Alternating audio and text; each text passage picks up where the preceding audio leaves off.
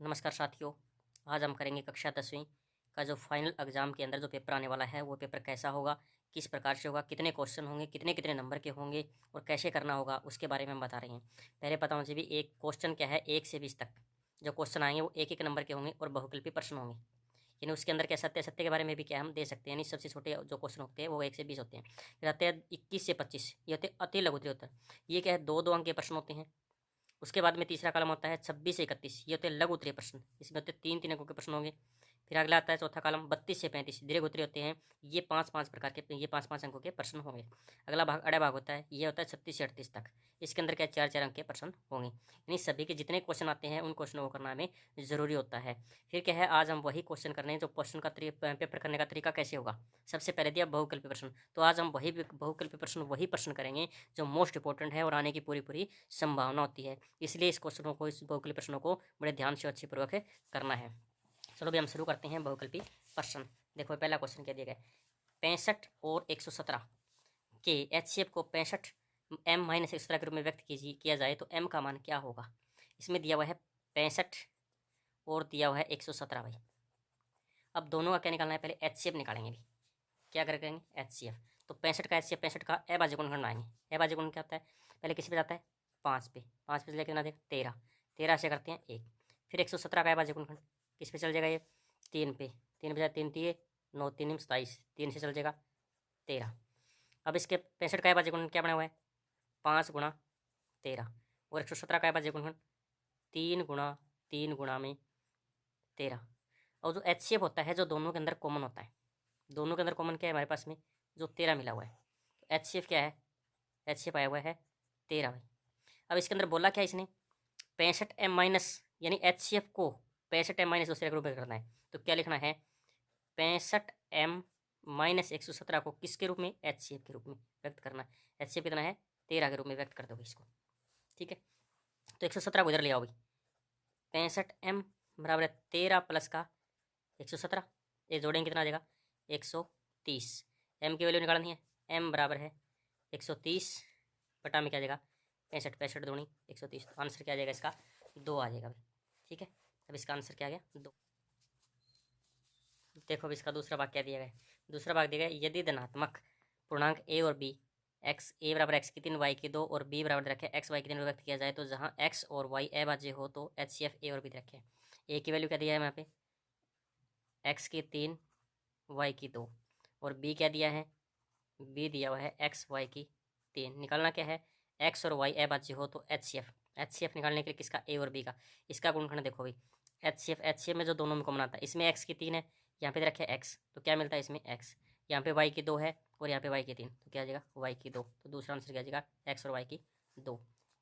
तीसरा दिया हुआ है देखो इसके अंदर, यदि बहुपद बहुपद रखे 4x² प्लस 1 माइनस क्या दिया है 4x² प्लस 1 माइनस 4x के क्या निकालना है, शून्य को, शून्य ज्ञात करने। अब शून्य ज्ञात करेंगे तो कैसे निकालेंगे, हमें पता है 4x को इधर लेके आएंगे पहले, 4x² माइनस का 4x प्लस का 1 बराबर क्या रख देंगे इसके 0 रख देंगे। इन दोनों की गुणा और इसके जोड़ या घटा के बराबर करना होता है। गुणा करने पे कहना चाहिए 4x² माइनस का क्या जाएगा 2x माइनस का 2x प्लस का 1। इन दोनों में कॉमन क्या आ सकता है 2x, क्या बच गया 2x माइनस का 1। इन दोनों में देखो ये दोनों जोड़ा सेम आना चाहिए, यहाँ पे माइनस रखे यहाँ प्लस है, उल्टा है, यहाँ प्लस है माइनस, तो किसका आ जाएगा माइनस का 1। तो 2x माइनस 1 दोनों क्या है, दोनों के बराबर रख देंगे 0। 2x माइनस 1 इसमें कॉमन लिया 2x माइनस 1, अगले में एक जोड़े में से लेंगे 2x माइनस 1 बराबर क्या है 0। तो दोनों के बराबर 0 रखो भी, 2x माइनस 1 बराबर 0 और 2x माइनस 1 बराबर 0। यानी एक को इधर लेके आएंगे, किसका हो जाएगा प्लस का 1, और x क्या आ जाएगा 1/2। इसी प्रकार 2x बराबर 1 और x क्या आ जाएगा 1/2। तो दोनों क्या आ जाएगा उत्तर इसके 1/2 और 1/2। अब चौथा भाग देखिए, समीकरणों 3x माइनस वाई बराबर 3, 9x माइनस 3y बराबर 9। क्या दिया देखिए इसमें,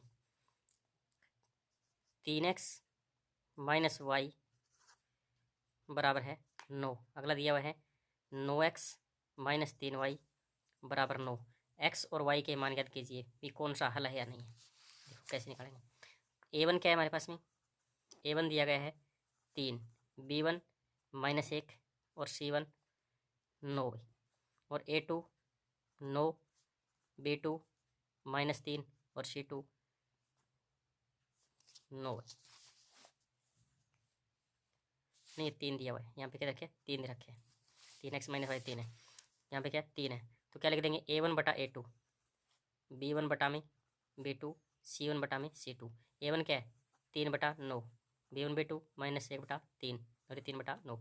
अब तीनों के काटेंगे 1/3, इसको काटेंगे 1/3 1/3, तो तीनों क्या बराबर है हमारे पास में 1/3 1/3 1/3, तो तीनों बराबर होते क्या होते हैं हमारे पास में अनंत हल होंगे। क्या लिखेंगे अनंत हल होंगे, इसके लिख देंगे भी अनंत हल होंगे। अच्छा नंबर 5 दिया भाई, क्या दिया 5, x + 2 की पावर 3 बराबर है x² -1 × 2x।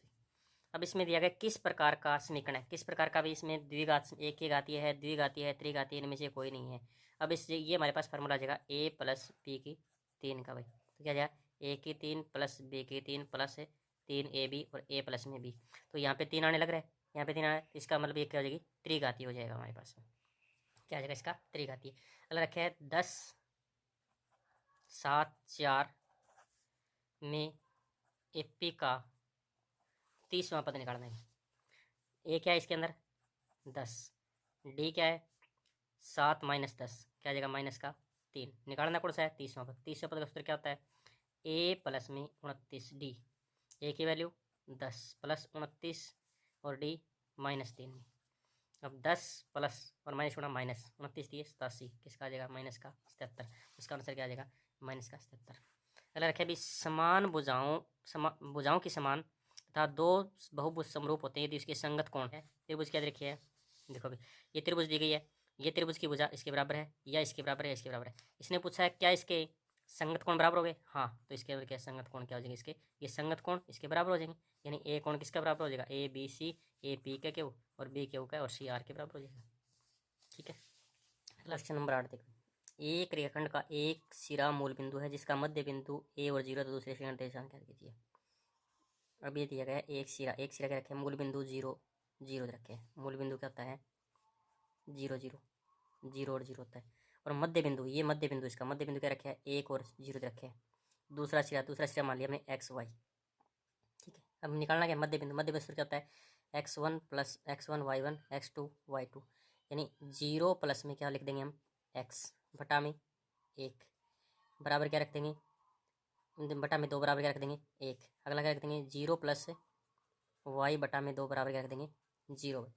अब x यहाँ पे क्या आ जाएगा x बटा में 2 बराबर 1, आर पर गुणा कर देंगे तो x कितना आ जाएगा 2, और यहाँ पे y बटा 2 बराबर 0, और इसकी 0 से गुणा करेंगे तो क्या आ जाएगा y बराबर है 0, तो x कितना आ जाएगा x 2 और y 0, ये क्या है इसका आंसर आ जाएगा। 9वां सवाल रखा है टेंजेंट 2 टेंजेंट 30, 2 टेंजेंट 30 डिग्री, और अगला दिया है 1 माइनस टेंजेंट स्क्वायर 30 भी, इसका आंसर निकालना है। तो 2 टेंजेंट 30 का मान क्या होता है 1/√3, तो 1 माइनस टेंजेंट 30 का मान 1/√3 का स्क्वायर कर दो, स्क्वायर है तो। अब इसको क्या लिख सकते हैं 2/√3 बटा में इसका स्क्वायर करेंगे तो 1 माइनस 1/3 स्क्वायर, यानी इसका वर्ग से वर्गमूल कट जाएगा। इसका लघुत्तम लेंगे, लघुत्तम क्या आ जाएगा 3 भाई, तो 3 माइनस 1 क्या आ जाएगा 2/3। कैसे लिख सकते हैं 2/3 गुणा में 3/2, 2 से 2 काटते भी, तो 3/√3 हर का परिमेकरण कर दे, √3 गुणा √3, ऊपर क्या आ जाएगा 3/3 बटा में 3, 3 से 3 कट जाएगा। अब 60 किसका होता है ये होता है टेंजेंट 60 का, तो उत्तर क्या आ जाएगा इसका टेंजेंट 60 भी। अगला दिया गया है 10वां क्वेश्चन, बताइए कि निम्न कथनों के सत्य के लिए यह सत्य टेंजेंट ए का सदैव मान 1 और 1 किसके बीच में होता है, तो किसके बीच में होता है इसका मान असत्य होता है, यानी किसी के बीच में इस बीच में नहीं होता। अगला रखिए अभी साइन 45 का मान, साइन 45 का मान क्या होता है साइन 45 का मान होता है ना तो 0 होता है, तो कितना 1/2 भी नहीं होता है, ये साइन 30 का होता है 1/√2, ये क्या आ जाएगा हमारे पास में साइन 45 का मान आ जाएगा। अगला क्या दिया गया है एक चित्र दे रखा है, अभी इस सवाल को देखो ध्यान से। चित्र ओ केंद्र वाले वृत्त के एक बिंदु पर PAQ एक स्पर्श रेखा है और OBA 35 है, तो BAQ का मान क्या कीजिए। इस चित्र को देखो ध्यान से, क्या दिया है इस चित्र में, इसमें दिया गया भाई एक वृत्त दिया गया है, ये इसकी स्पर्श रेखा है, ये इसका केंद्र है, ठीक है। ये दोनों इसकी क्या है, जीवाएँ दी गई है। ये ओ दिया हुआ है, ये पी है, ये ए है, ये क्यू है, यहाँ पे बी है और ये सी है। ये कोण दे रखे है 35 डिग्री भी यहाँ तक। अब हमें पता है भी ये क्या है कि त्रिज्या, और त्रिज्या क्या होती है, जीवा पर लंब होती है। इसका मतलब ये कोण कितने डिग्री हो गया हमारे पास में, 90 डिग्री का। इस साइड कितना हो गया, 90 डिग्री का। अब ये त्रिज्या है, यह भी त्रिज्या है हमारे पास में। अगर ये 35 है तो ये कितना हो जाएगा, 35, ठीक है। अगर ये पूरा का पूरा हमारे पास 90 है, ये 35 है, तो ये इस साइड का कितना हमारे पास में 90 बचा हुआ है। 90 में से क्या माइनस कर देंगे हम, 35 कर देंगे। तो निकालना क्या हमारे पास में, बी ए क्यू। तो बी ए क्यू हमारे पास क्या, बी ए क्यू किसका आ जाएगा, 90 माइनस, क्योंकि 90 माइनस 35 कितना आ जाएगा हमारे पास में, 55 डिग्री। तो इसका आंसर क्या आ जाएगा, 55 आ जाएगा भाई, ठीक है। लखे त्रिज्या आर वाले वृत्त के उस त्रिज्या खंड का क्षेत्रफल लगा दीजिए। तो थीटा क्या है, 0 डिग्री है भाई। अब थीटा का मान क्या है ना, थीटा दिया गया है यानी 0 डिग्री। तो क्या त्रिज्या खंड का क्षेत्रफल क्या लिखेंगे, त्रिज्या खंड का क्षेत्रफल क्या होता है, थीटा बटा में 360 गुणा में पाई आर स्क्वायर। तो कौन सा आ जाएगा, डी भाग क्या इसका आंसर आ जाएगा। वृत्त की परिधि और त्रिज्या का अनुपात निकालिए भी। वृत्त की परिधि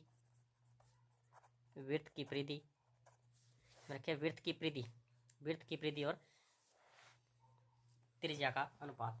वृत्त की परिधि अनुपात में क्या है, त्रिज्या भाई। त्रिज्या क्या होती है, आर, और परिधि क्या होती है, 2 पाई आर अनुपात में आर। आर भाई, आर से आर कट गया, क्या बच गया, 2 पाई अनुपात में 1। तो ये क्या आ जाएगा आंसर, 2 पाई अनुपात में 1। रखिए एक अर्धगोले की त्रिज्या 4 सेंटीमीटर है, उसका पृष्ठ क्षेत्रफल ज्ञात कीजिए। अर्धगोले की त्रिज्या, आधा गोला दिया गया, आधा गोला, उसकी त्रिज्या कितनी है, 4। पृष्ठीय क्षेत्रफल क्या होता है, 2 पाई आर स्क्वायर। तो 2 पाई का पाई रखेंगे हम, आर क्या है, 4 गुणा 4। तो क्या है, 4 गुणा 4 16, 16 दूनी 32, क्या आ जाएगा 32 सेंटीमीटर में रखें। तो क्या आ जाएगा, वर्ग सेंटीमीटर क्या आ जाएगा। आके देखो 16 सवाल। एक बेलन के आधार की त्रिज्या, ये बेलन दिया हुआ है, इसके आधार की त्रिज्या दी गई है। त्रिज्या रखी इसकी 2.1 सेंटीमीटर, ऊंचाई दी है 5 सेंटीमीटर। निकालना का आयतन, तो बेलन का आयतन क्या होता है, पाई आर स्क्वायर एच। पाई का पाई रखेंगे हम, आर क्या है 2.1 गुणा में एच 5 सेंटीमीटर। तो 21 गुणा क्या होती है, 441। 41 को 5 से कर देगी, 5 20 तो 22, कितना आ जाएगा, 2 बाद में दशमलव, तो क्या आ जाएगा 22.05 है। अगर आयतन किस में आता है, हमेशा घन सेंटीमीटर में आता है, यानी क्यूब आती है, ठीक है। गलत रखिए 17वां। निम्नलिखित आंकड़ों का बहुलक ज्ञात कीजिए भी। निम्नलिखित आंकड़ों का बहुलक। अब बहुलक क्या होता है, जो सबसे ज़्यादा बार आया हुआ होता है बहुलक। इसमें देखो क्या है, 25 29 24 25 29, तो क्या है 25 ज़्यादा बार आया है, इसका बहुलक 25। 18वां देखो भी, एक थैले में 3 लाल गेंदे 5 काली गेंदे और एक थैले में इस तरह से निकाली जाती है, तो इसके लाल होने की प्रायिकता क्या कीजिए। क्या रखिए, थैले में 3 लाल गेंद कितनी है, लाल गेंद दी हुई है 3। काली गेंद कितनी है, काली दी हुई है 5। कुल गेंद कितनी आ जाएगी, कुल गेंद आ जाएगी 8। तो कुल परिणामों की संख्या होगी, निकालने की है। इसके लाल होने की प्रायिकता, लाल कितनी है 3, तो प्रायिकता क्या आ जाएगी इसकी, प्रायिकता आ जाएगी 3/8। ये इसका आंसर।